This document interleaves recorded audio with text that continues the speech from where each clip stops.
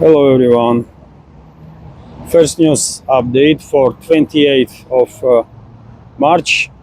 Now it's about 9 o'clock in the morning, Moscow time, and I have prepared a lot of news on some major developments that Russian media reported about, and well, update is going to be interesting.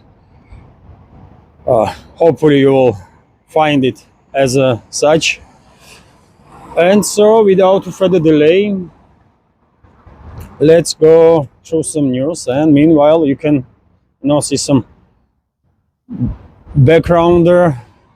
Also, it's not a sunny day, but at least it's not raining right now, so hopefully I will manage to record this update before rain starts. And first news, dear friends, is about this Black Sea initiative, or Grain Deal 2.0, that US leadership proposed a few days ago, and there was even preliminary agreement was reached between Moscow, Washington, and Kiev on this deal, although things changed dramatically yesterday. And for example, we have a report from RT that EU rejects US-mediated Black Sea ceasefire agreement. EU will not fulfill Russia's demand to lift sanctions on the country's main agricultural bank as a part of Black Sea ceasefire initiative discussed between Moscow and Washington. European Commission Foreign Affairs spokeswoman Anita Hyper has stated yesterday.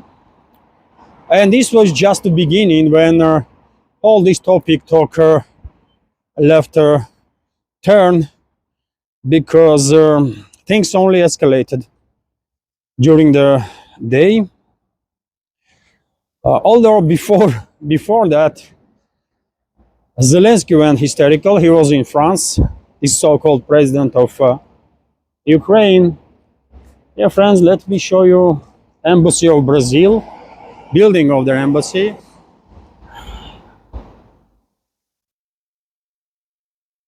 I guess this is Brazil's embassy, because flag is definitely Brazil's there.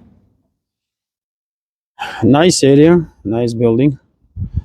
And so, yes, there was a point when Zelensky went absolute bonkers, hysterical, and the reason was exactly this Black Sea initiative.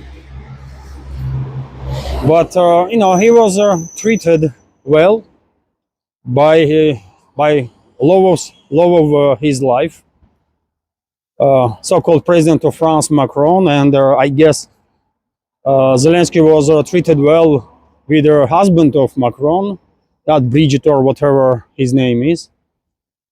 And well, that psycho come down after that, Zelensky. But before this threesome, he was absolute nuts.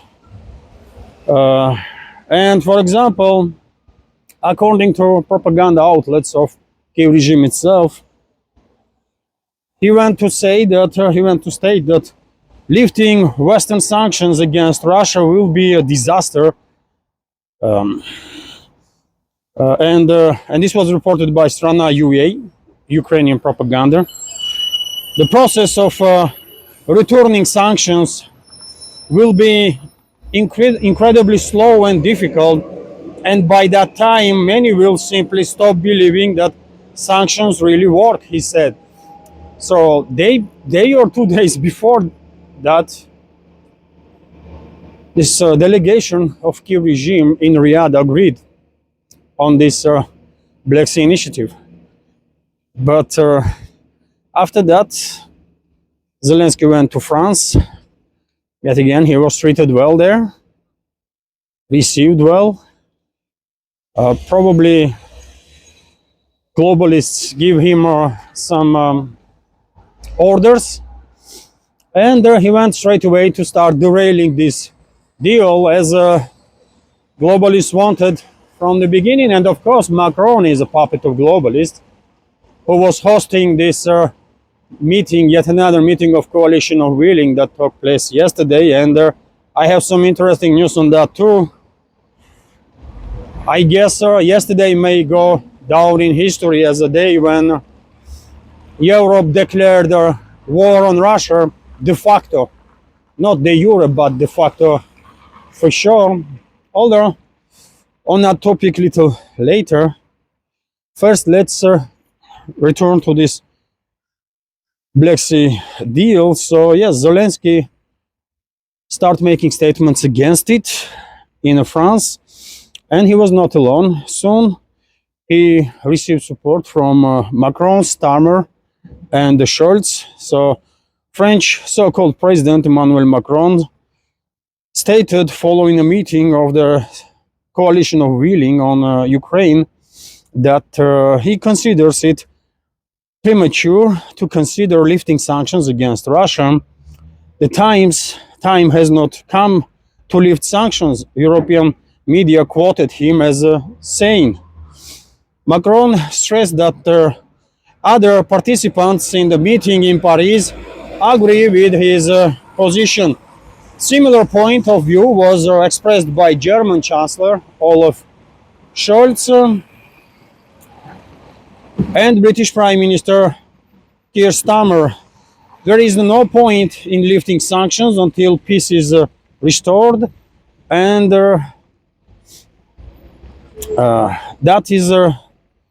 and peace itself is still a long way off, stated Scholz in the French capital. Starmer, on his part, noted that the meeting was not about easing sanctions, but about how they could be strengthened, so how they can put some more pressure on Russia, or at least try to.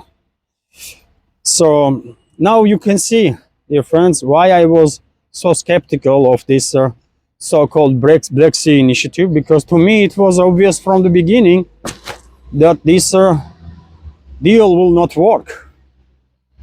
It was obvious that globalists and their puppets in the governments of European states would derail this preliminary agreement that Moscow and Washington reached, and also Kiev initially at least was agreeing on that, right?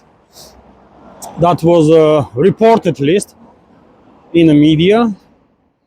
And well, I was correct in my skepticism, isn't it? Some members of our community may not really understand initially why I was that critical, but you know, now we know. Now we know it was just a waste of time. And the so-called leaders of Europe, including European Commissioner Ursula, confirmed this, right? Because she also went to state that Europe is not going to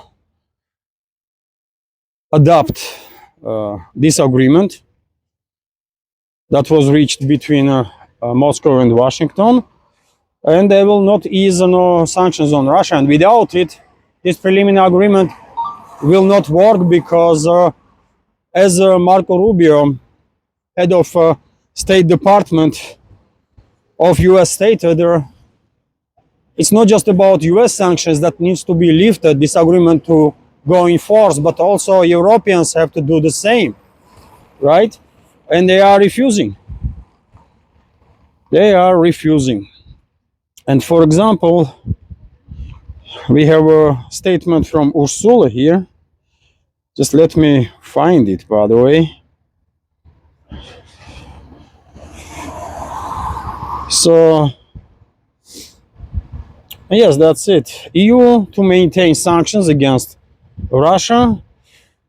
Von der Leyen stated following a meeting of leaders of several European countries and Canada on Ukraine in Paris, European Commission President Ursula von der Leyen said that the EU will maintain sanctions against Russia. So one may argue that this Black Sea initiative of Trump is dead.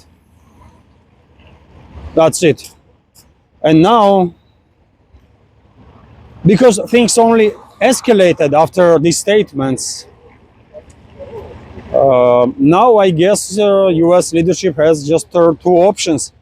They are either moving away from this proxy war and withdrawing completely, which means halting all weapon supplies to this Western-backed terrorist regime of Zelensky, intelligence sharing, and adding pressure on other NATO member states to do the same, or US will go along with the globalists and will agree on the next phase of escalation with Russia, which seems absolutely inevitable at this point, because as I already said, dear friends, things are escalated even further. And for example, decision was made by London and Paris to send their military missions into Ukraine in upcoming days. So this is already decision, right? This is a clearly escalatory step, and that's why I'm saying one may argue now or in the future that yesterday, 27th of March, was a day when Europe, UK and France in particular, basically de facto declared war on Russia. Let's go through this news. So France and United Kingdom will send their military mission to Ukraine to develop a format of future Ukrainian armed forces. President of France, Emmanuel Macron, said following a meeting of the Coalition of the Willing, we have decided that the British Prime Minister Keir Starmer and I have authorized the chiefs of staff of our armies so that Franco-British team can go to Ukraine in the coming days and can work closely with our Ukrainian partners who have also approved this mechanism to prepare in all areas what the format of tomorrow's Ukrainian army will be, he noted. And it is necessary to point attention to the fact that wording that is used in this case by Macron does not change their meaning of this decision, isn't it? They are sending troops, militaries, into Ukraine despite all the warnings from Russia that deployment of these NATO troops from European states or elsewhere will most likely trigger a direct confrontation between Russia and NATO and will be seen by Moscow as a hostile state and direct involvement of NATO member states into this proxy war. But, they don't care. Globalists don't care. They want to escalate. And therefore, they clearly are ordering their puppets in the government of France, UK, other European states to continue this escalatory ladder and to basically provoke a larger war, wider war. You know my take, dear friends, on the topic of possible next phase of escalation. I said many times in my previous updates that, according to my reading of big picture, globalists and their assets in Europe are the US. And they still have assets in US, by the way. Maybe they are not in control right now of the White House, but they still a lot of assets. They still have a lot of assets there. Neolibs, Democrats, for example. But anyways, my take was that globalists will go on two directions to escalate with Russia. One is to transform this terrorist regime of Zelensky into a nuclear-armed regime. And I guess this is one of the reasons why recently one of the special envoys of US President Trump stated openly that Ukraine never had nuclear weapons, and whatever nukes were there after Soviet Union collapse was Russian nukes. So he was basically dismissing all this narrative that Kyiv regime should become a nuclear armed regime, that Western propaganda, or could become nuclear one, which is pushed by Western propaganda for quite a while. And the second scenario is of course deployment of European NATO troops into Ukraine. And seems like globalists are moving forward with both these scenarios right now. That's at least what we can assume based on information that we have from open sources. Anyways, let me cross this street, and well, let's continue with some more news, dear friends, because there are some details about deployment of these NATO troops.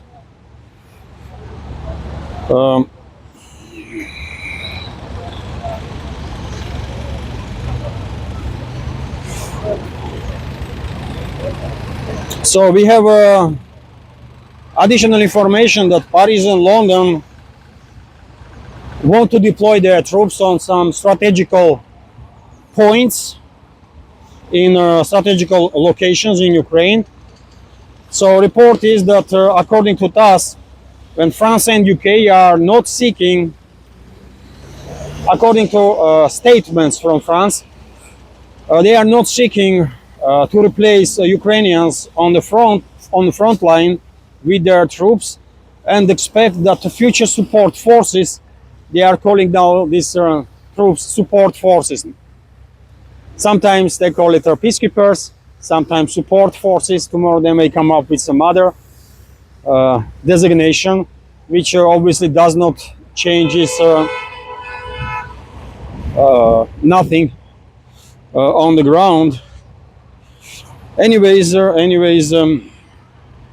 so these support forces will have a different effect by deploying them in strategically important locations for Kyiv in Ukraine. This was stated by French President Emmanuel Macron following the Paris summit of this coalition of willing. And according to a number of sources, London and Paris also intend to deploy a sufficient number of their troops to Ukraine, so that they will have capabilities to participate in operations on land, at sea, and in the air. So we are talking about some large grouping of forces that eventually, after vanguard may went in, right? And also report, by the way, according to RIA Novosti, European military forces are considering various options of deploying troops to Ukraine, including along the Dnieper River. This was reported by Associated Press, citing French officials. So things are escalating big time, and yet again, now question is, what will US do?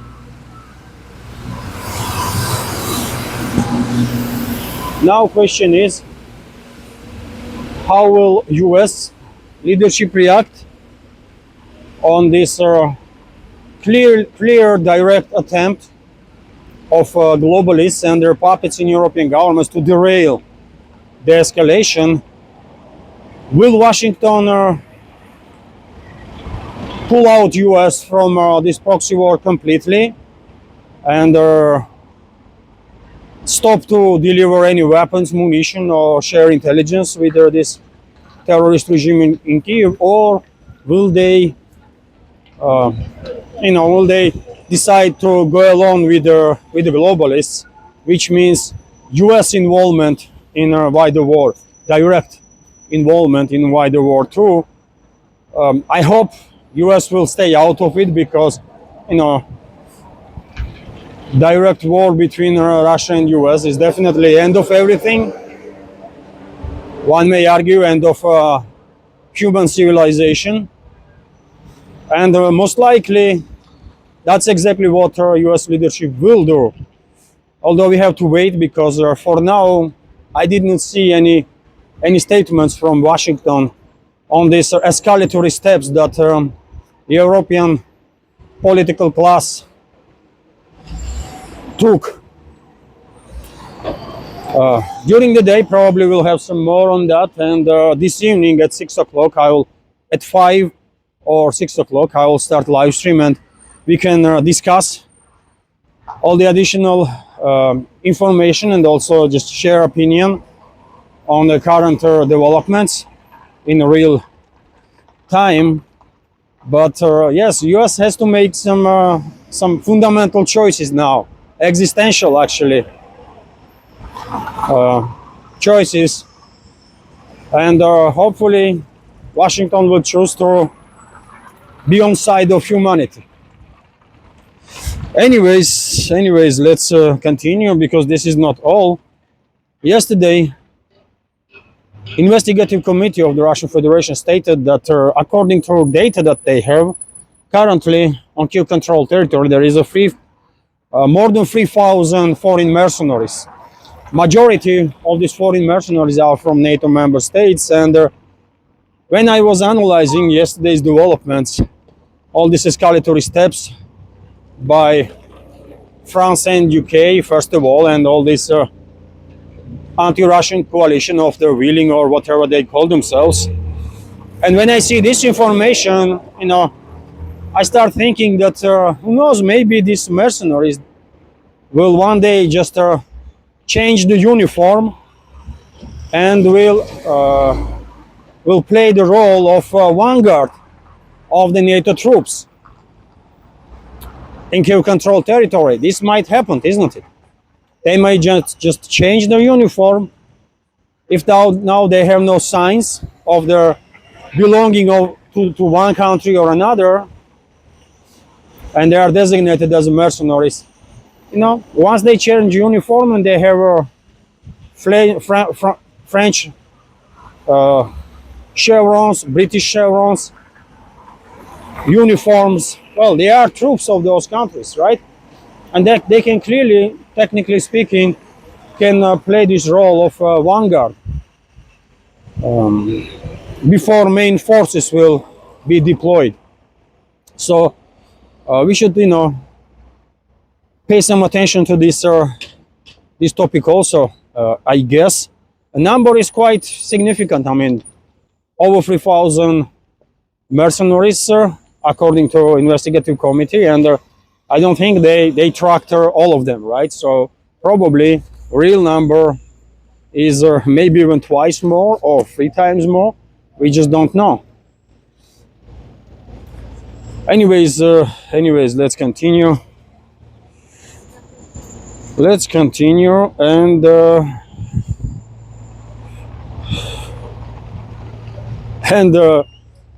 even this is not all, dear friends, because after being involved big time by his globalist masters, Zelensky once again went to criticize special envoy of US President Witkoff, and he basically started insulting him. He started directly insulting him, and I guess US has to respond on these attacks, because it's a US reputation on the line, isn't it? It's Trump's administration's reputation on the line, and when Zelensky or some other representatives of this Western-backed terrorist regime is directly insulting high-ranking officials in US, that's quite a bad optic for the White House. And many people may ask how Moscow will react now on these developments. We need to have answers or reaction from US, obviously, to know where US's stand is. Are they going along with these provocative actions of the globalists, or staying out of this conflict? And also, we need to know what is going to be Moscow's reaction. And today, most likely, a number of Russian high-ranking officials will make some statements on the matter. But I think everything that was needed to be said was already said by Russian leaders. There was dozens of warnings that deployment of NATO troops under whatever pretext, under whatever umbrella on territory of this former Soviet Republic under the name of Ukraine will be considered by Moscow as a hostile step and direct involvement of NATO member states into this conflict, and appropriate measures will be taken. So I don't think Russian leadership would say anything much different than what I already said. Once these NATO troops are in Europe, they will be treated as combatants. That's what it is. As they should, right? As they should. But anyways, dear friends, let's go through some more news. And but what is clear is we are basically very close now, very close to a point when this wider war between Europe and Russia will take shape, and it is extremely dangerous. It is extremely dangerous, of course, but this is all due to provocative actions of the globalists and the European governments that are controlled by them, right? It's not Russia that escalates. It's a West. Hello everyone. If you find this video informative and interesting, if you like my work in general, please consider to support this independent media project from Russia. You can do it through several means, through PayPal with donations, or by subscribing to my Patreon and Boosty pages, where you can have access to full news updates. Links are on this video in the description box and in the pinned comment. Thank you.